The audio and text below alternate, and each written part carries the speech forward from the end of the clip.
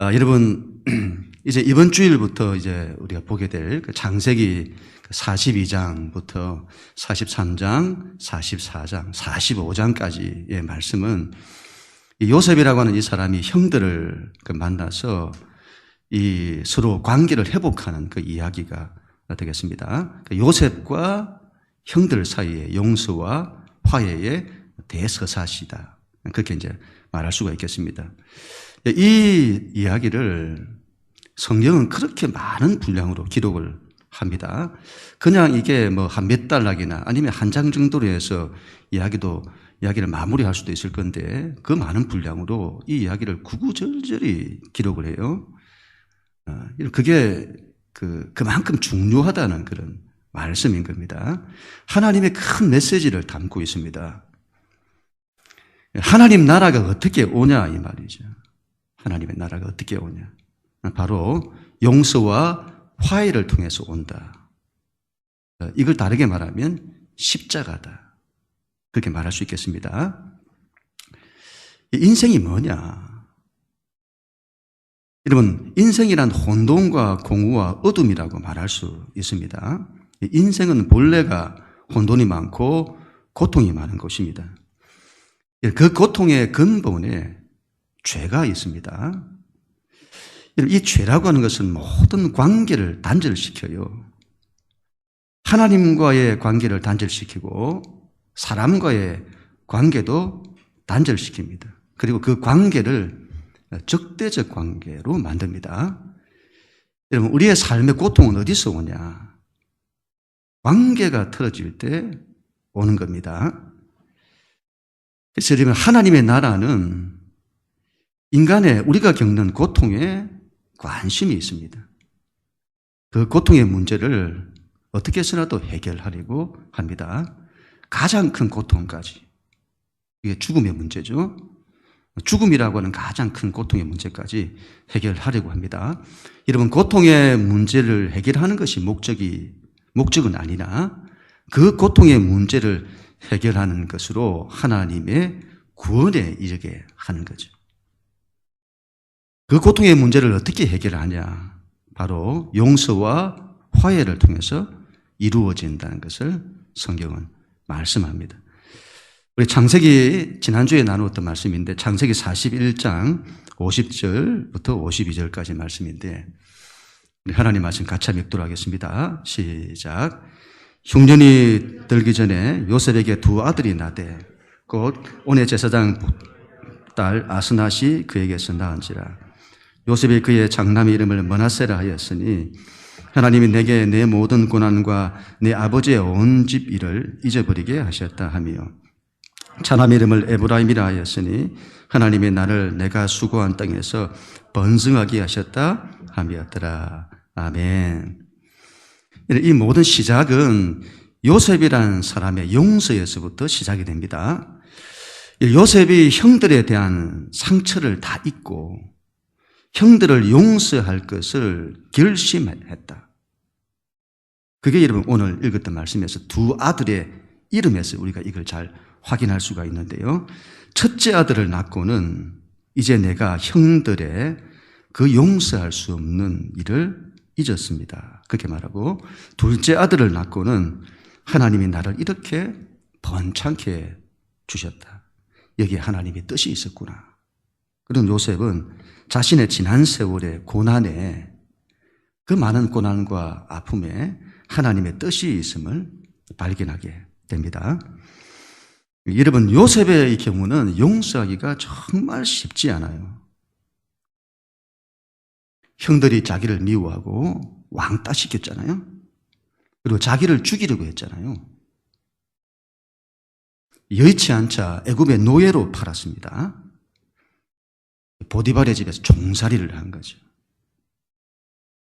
보디발의 아내로부터 모함을 받아 감옥에 죄수로 들어가게 됩니다. 요셉이 겪었던 지난 세월의 그 고생은 말로 다 할 수 없는 고생이었던 거죠. 요셉이 가진 인간에 대한 배신감, 이걸 뭘로 말할 수 있을까요? 여러분, 사람이 제일 견디기 힘든 것이 사람으로부터 미움을 받는 겁니다. 사람으로부터 배신당하는 겁니다. 그 상처와 분노를 어떻게 해야 할까요?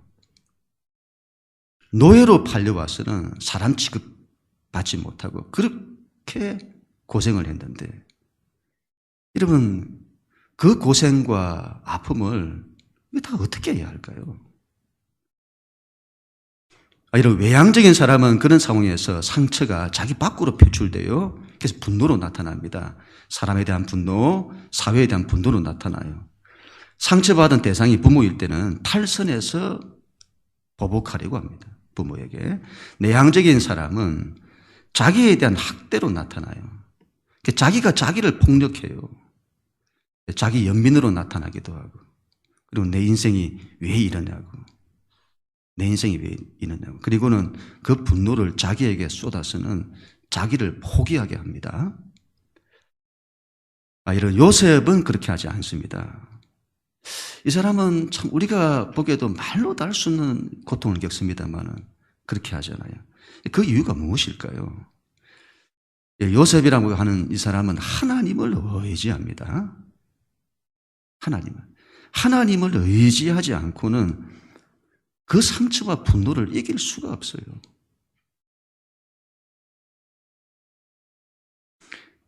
요셉처럼 여러분, 상처와 분노에 사로잡히지 않으려고 해야 합니다. 이 상처와 분노는 자기를 죽이고 타인을 죽이는 행위이기 때문이죠.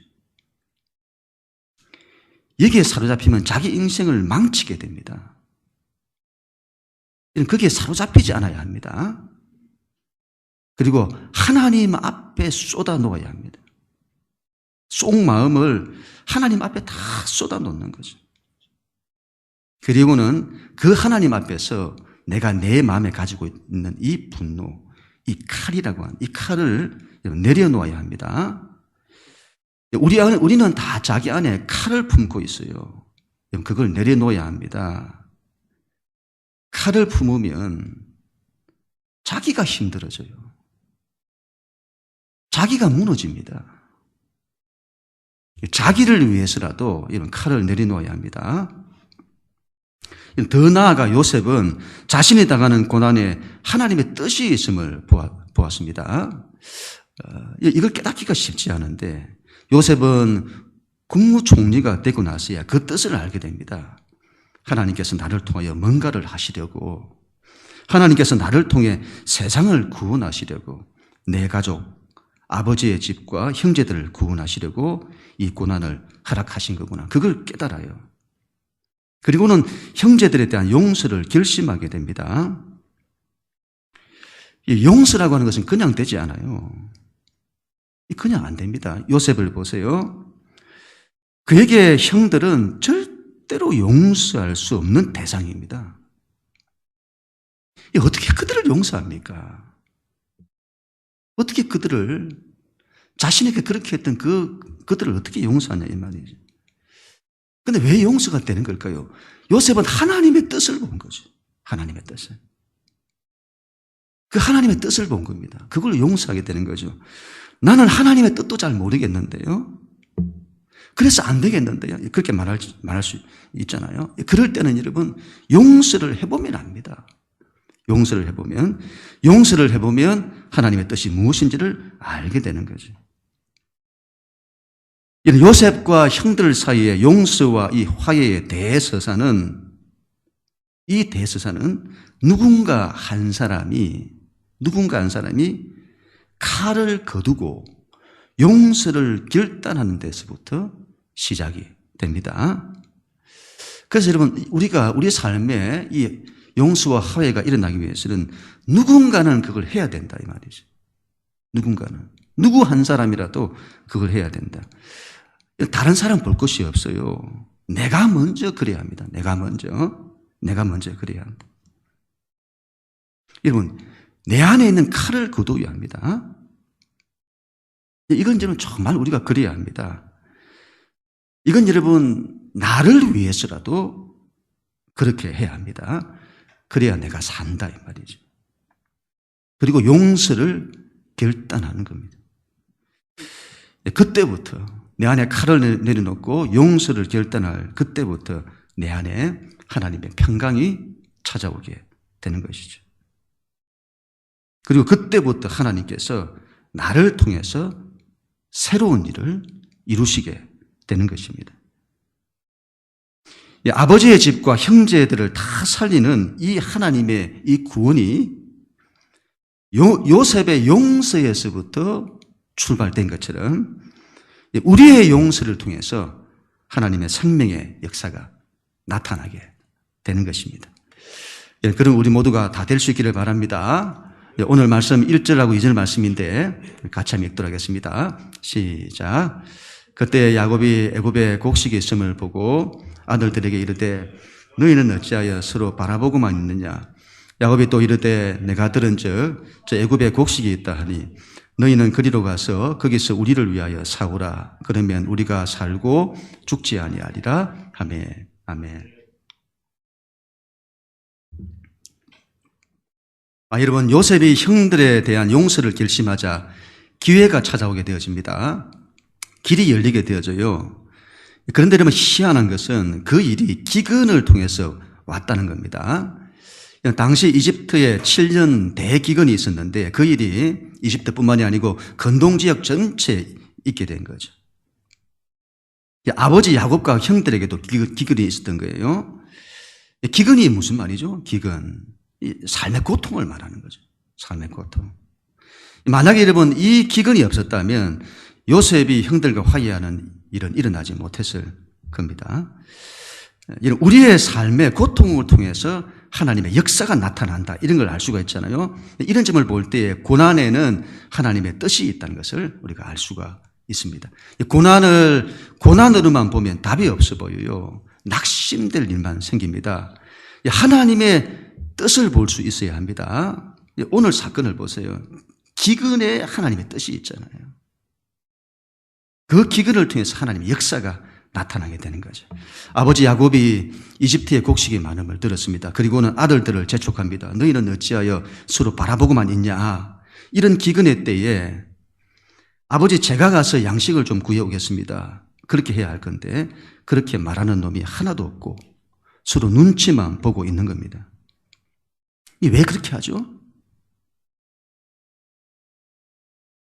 다른 이유가 있을 수도 있겠지만 가장 큰 건 뭔가 찔리는 게 있어서 그래요. 이집트가 어디입니까? 요셉이 노예로 팔려간 곳이잖아요. 자기들이 그 동생을 죽이려고 하고 예치 않자 애굽의 노예로 팔아버렸던 그 이집트잖아요. 남자가 군대 갔다 오면 군대에서 고생을 많이 하고 오면 소변 볼 때도 군대 쪽으로 안 본다 이런 말이 있잖아요. 여러분 애굽은 아픔이 형제들에게도 아픔이 있는 것이죠. 그 죄책감. 그것 때문에 안 가려고 하는 거죠. 아버지 야곱이 다녀오라고 해요. 그래야 가정이 사니까. 그래서는 아들 10명을 보냅니다. 왜 10명씩이나 그렇게 많이 보내냐. 아마 당시 이집트에서 한 사람이, 이집트에 양식이 있는데 한 사람이 많은 양식을 구입하지 못하게 하는 행정법이 있었던 것 같아요. 그러면 이제 사재기가 가능할 거잖아요. 한 사람이 사재기하지 못하도록. 그래서 가족이 많으면 많은 사람을 보내야 다 먹고 살 수 있는 양을 구입할 수 있게 되는 것이죠. 그렇게 보면 많이 보낼수록 좋은 거잖아요. 그런데 막내 아들 베냐민은 보내지 않습니다. 막내 아들은. 혹시나 무슨 일이 생겨서 이 아들마저 잃으면 안 된다는. 여러분, 이 베냐민은 아버지 야곱이 그토록 사랑했던 라헬의 아내 라헬의 자식입니다. 둘이었죠. 요셉과 베냐민. 둘이었는데 요셉은 죽은 줄로 알고 있고 하나 남은 자식이 베냐민인 겁니다. 아버지 야곱이 가장 사랑했던 아들 요셉, 그의 동생인 거죠. 그래서 야곱에게 베냐민은 요셉의 화신과도 같은 거예요. 어떤 분들은 아버지 야곱이 베냐민을 보내지 않은 걸 편애로 봅니다. 야곱이 그때까지도 야곱이 자식을 편애하는 걸 못 고치고 있었다. 그렇게 해요. 개인적으로 저는 좀 다른 생각인데요. 이건 아버지 야곱의 마음을 보여주는 겁니다. 가장 사랑했던 아들 요셉을 잃은 슬픔. 지난 세월이 여러분 20년이 넘었지만 그 20년의 세월 동안 야곱이 아들 요셉을 잊지 못하고 그 자식을 가슴에 묻고 있음을 보여주는 거죠. 우리는 이걸 통해서 여러분 이 야곱의 가정에 아픔을 보게 됩니다. 영적인 우울함을 보게 되는 거죠. 여러분 이 야곱의 가정, 이 가정에 큰 죄악이 있어요. 자식들이 동생 요셉에게 정말 용서할 수 없는 죄를 범한 거예요. 그 죄악의 문제가 해결되지 않고 있어요. 이 가정에 해결되지 못한 큰 죄악이 있는 겁니다. 그리고 아버지 야곱은 자식을 잃은 말로 다할 수 없는 상처를 가지고 있는 거예요. 야곱의 가정의 아픔을 보게 되는 거죠. 그런데 여러분, 하나님께서 그런 야곱의 가정을 회복시키시기를 원하시는 겁니다. 어떻게 해요? 첫 번째, 여러분, 아버지 야곱의 믿음입니다. 아버지 야곱의 믿음. 그런 아픔 가운데서 가슴 무너지는 자식을 가슴에 묻은 그 아픔 가운데서도 끝까지 하나님의 신앙을 붙드는 야곱이죠. 이 야곱의 신앙을 보세요. 할아버지 아브라함은 기근을 만났을 때 바로 애굽으로 이주를 하잖아요. 야곱은 그렇지 않습니다.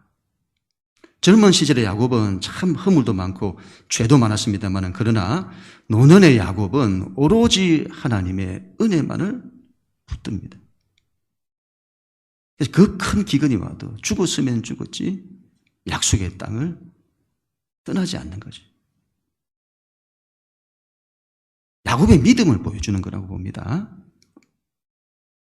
하나님께서 그 야곱을 기억하시는 거죠. 둘째는 요셉의 용서입니다. 요셉이 하나님의 뜻을 깨닫고 모든 걸 용서하기로 결심한 거예요. 하나님께서는 그 요셉을 기억하사 새로운 일을 이루시는 거죠. 세 번째로는 요셉의 10명의 형들입니다.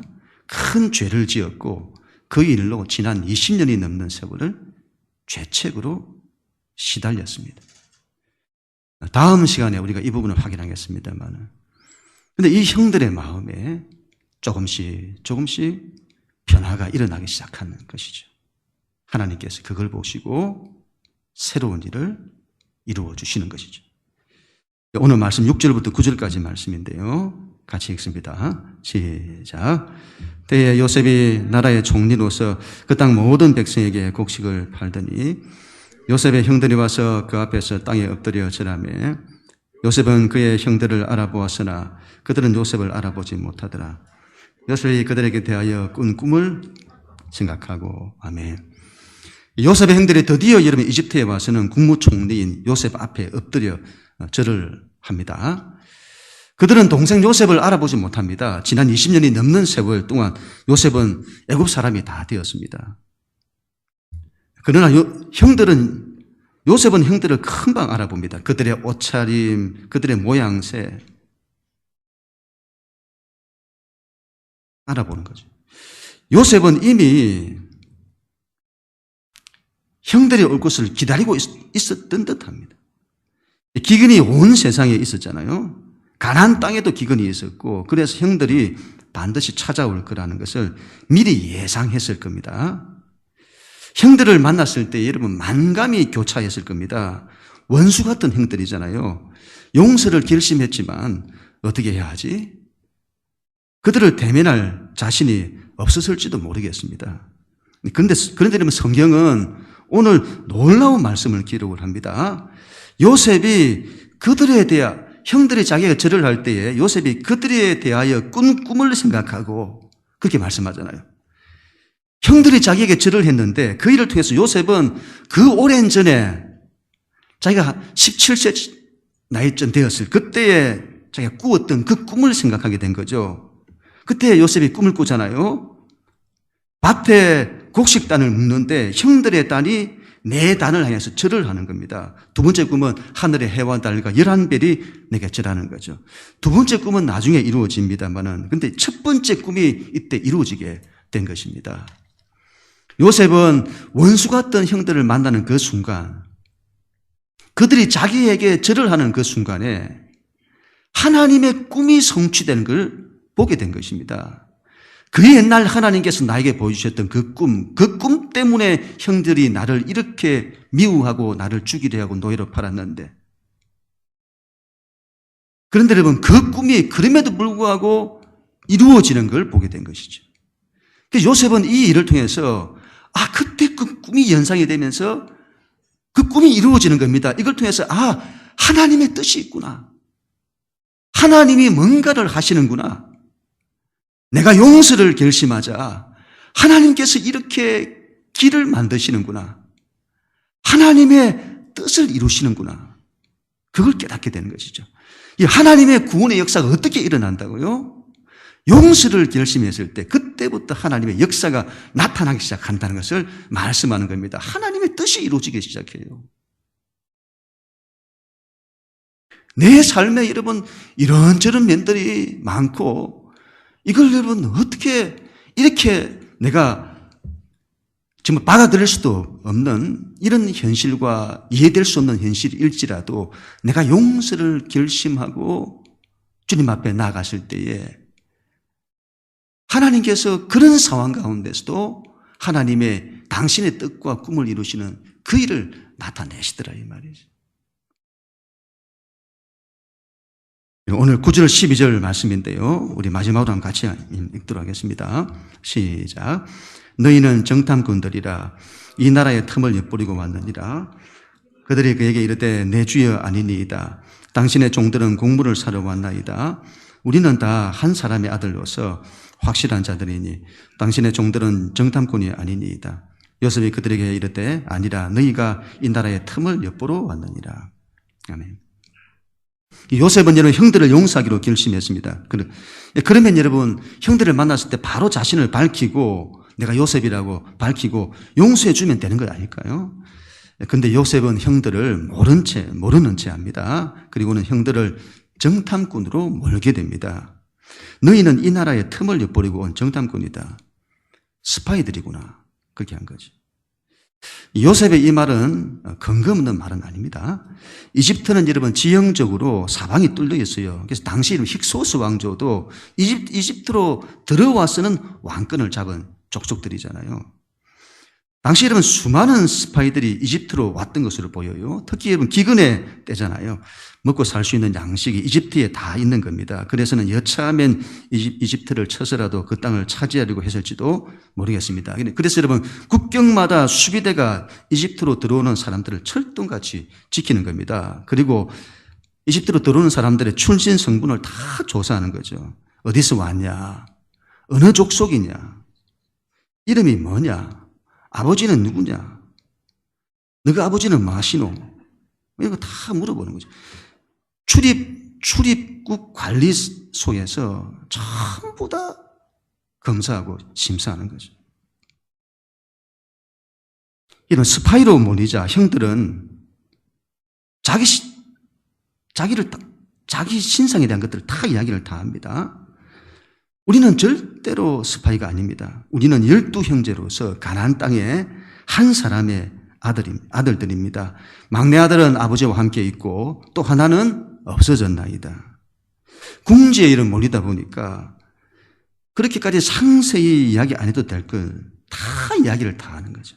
위주할 고주할. 그러나 그건 잘한 거라고 봅니다. 요셉 편에서 보면 그게 잘하는 거잖아요. 근데 요셉은 그 이야기를 듣고는 이렇게 말해요. 그게 수상한 거다. 그게 수상한 거다. 그 막내는 왜 안 왔냐 이 말이에요. 막내는. 이상하지 않냐. 오면 양식을, 그 한 사람이 오면 양식을 더 구할 수 있을 건데 그 막내를 두고 온 거예요. 너희들 막내를 데리고 와라. 그리고는 너희의 결리백을 증명해라. 그리고는 그들을 감옥에다가 사흘 동안 가두게 되는 것이죠. 이 요셉의 입장에서 보면 이게 이해가 됩니다. 11명이 올 줄 알았는데 10명만 온 거예요. 자기 동생인, 친동생인, 베다른 동생 말고 친동생인 베냐민이 안 온 겁니다. 베냐민만. 아버지와 함께 있다고 했는데 믿을 수 있을까요? 그 옛날에 자기를 그렇게 죽이려고 하고 이집트의 노예로 팔았는데 자기 친동생인 베냐민도 미국에서는 어떻게 했을지 그걸 어떻게 압니까? 막내를 데리고 와라. 데리고 와서 길백을 정명하라고 하는 거죠. 또한 여러분 이때 요셉에게는 한 가지 숙제가 있었다고 봅니다. 한 가지 숙제. 자기는 용서하기로 여러분 결심을 했습니다. 문제는요, 형들이죠. 형들이 어떻게 변했는지, 20년 전 모습 그대로인지, 그 악한 모습 그대로인지, 그동안에 바뀌었는지. 여러분, 그냥 용서하기로 했으면 그런 거 따지지 말고 용서하면 되는 것 아닐까요? 여러분 어떠세요? 여러분 한번 생각을 한번 해보세요. 형제들이 바뀌지 않았는데 그 형제들이 여전히 악한데 그들을 용서한다고 말을 해보세요. 해본다고 해보세요, 여러분. 그렇게 되면 그 용서는 값싼 용서가 되는 겁니다.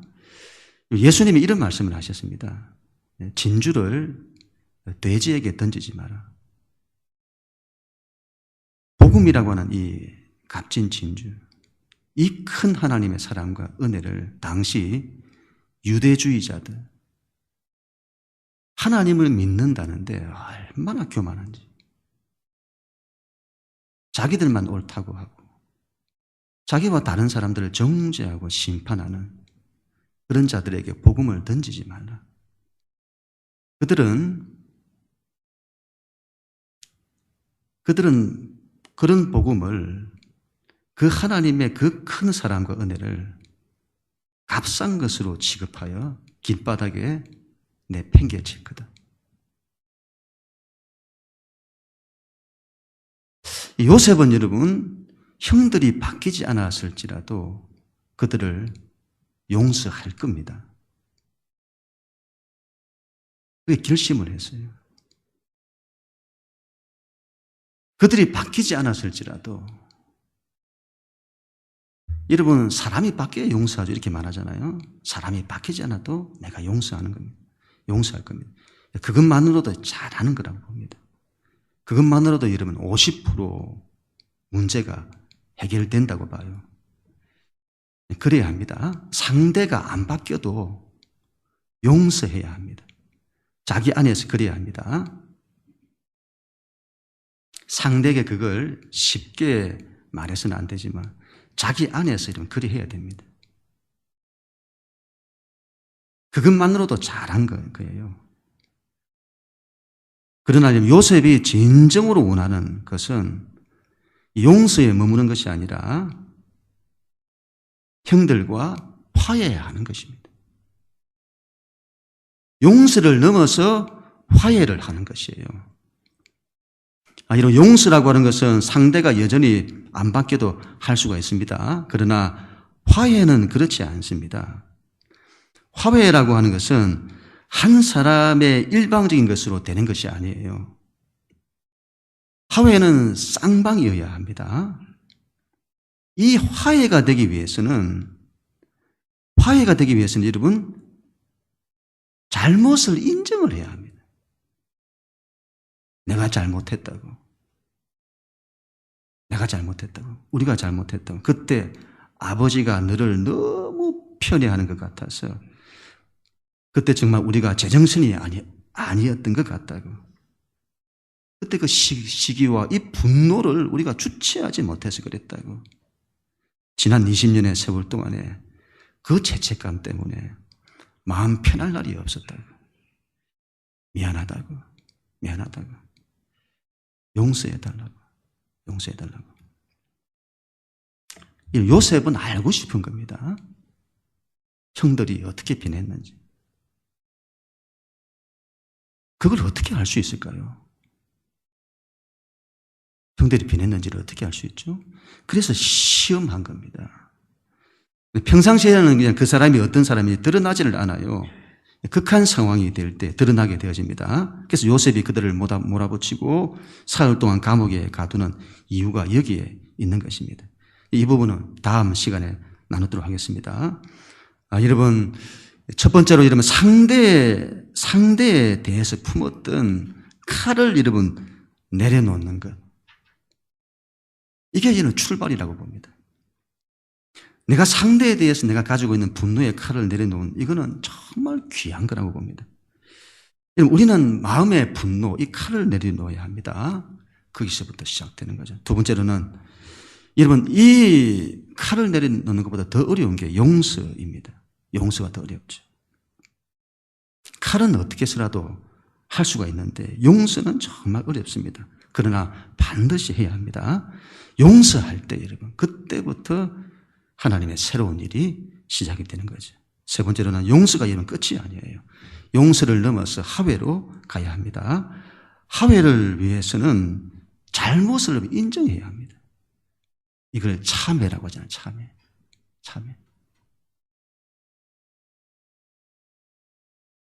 하나님은 우리를 예수 안에서 다 용서하기로 작정하셨습니다. 그리고 그 용서를 통해서 우리와 화해하기를 원하신 거죠. 중요한 것은 여러분 우리가 그걸 받아들이는 거예요. 어떻게 받아들인다고요? 받아들이는데 여러분 이게 어떻게 받아들인다고요? 하나님 저는 죄인입니다.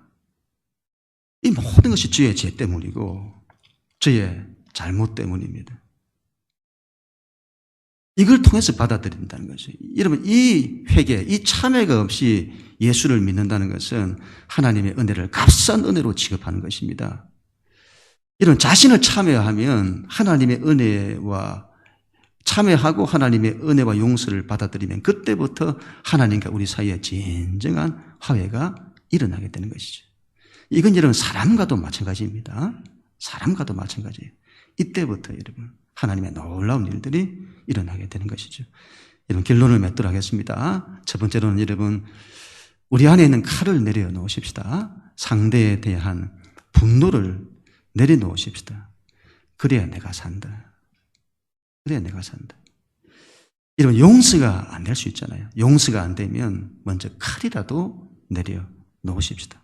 두 번째로 그리고 용서해야 합니다. 저는 용서가 안 됩니다. 저는 절대로 용서가 안 돼요. 그럴 수 있잖아요. 그 마음이 이해가 됩니다. 내 마음으로 용서가 안 될 때가 있어요. 그때는 여러분 하나님의 마음으로 하는 겁니다. 하나님 저는 안 됩니다. 저는 안 돼요. 그러나 하나님이 원하시니 제가 하나님 그렇게 하겠습니다. 하나님 뜻대로 그렇게 하겠습니다. 그리고 용서하는 거죠. 이때부터 여러분 하나님의 놀라운 일들이 일어난다 이 말이죠. 마지막 세 번째로는 화해하십시다. 화해. 서로가 지은 죄들을 참여하십시다. 내가 잘못했다고. 내가 미안하다고. 이게 안 되면 화해가 어렵다 이 말이죠. 화해가 쉽지 않을 경우가 있어요. 화해가 자체가 쉽지 않을 경우가 있습니다. 그러면 용서까지라도 해야 합니다. 용서까지라도 해야 합니다. 그리고 할 수 있으면 화해까지 하려고 해야 합니다. 이게 여러분 자기도 살리고 모두를 살리는 방법이다 이 말이죠. 용서를 넘어서서 화해까지 가는 그건 우리 모두가 다 될 수 있기를 주님의 이름으로 간절히 축원합니다.